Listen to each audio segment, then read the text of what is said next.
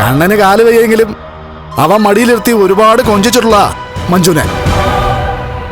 അങ്ങനെയുള്ളവനാ ഇന്ന് മാറി നിൽക്കുന്നേ. ഒരു തരി പൊന്ന് ആ കൊച്ചിന് കൊടുത്തിട്ടില്ല. എല്ലാം കൊടുത്താനെ. ഒരുത്തി അവന്റെ ജീവിതത്തിലേക്ക് കടന്നു ചെന്നില്ലായിരുന്നെങ്കിൽ. മോള് കണ്ണനോട് എല്ലാം കൊടുക്കാനേ പറഞ്ഞിട്ടുള്ളൂ, ഒന്നിനും എതിര് നിന്നിട്ടില്ല.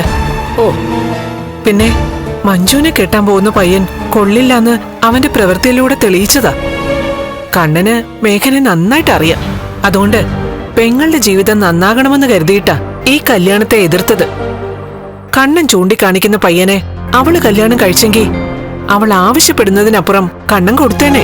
എടി നീ കൂടുതല് വളവളാന്ന് സംസാരിക്കണ്ട. ഈ പറയുന്ന കണ്ണനെയും നിന്റെ മോളെയും ഒക്കെ അവർക്കെല്ലാവർക്കും മനസ്സിലായിട്ടുണ്ട്. അതെ, എങ്ങോട്ടാ? പിന്നെ ആളെ കാണിക്കാനാന്നും പറഞ്ഞ് നീ അവിടെ വന്ന് നിക്കണ്ട. കമലേശ്വരത്തെ മരുമക്കടെ അമ്മച്ചി വന്നില്ലേന്ന് ആരെങ്കിലും ചോദിച്ചാ അതിന് ഞങ്ങള് മറുപടി പറഞ്ഞോളാം. അല്ല, ഉണ്ണിയുടെ അമ്മയും ഒക്കെ എന്നെ തിരക്കില്ലേ?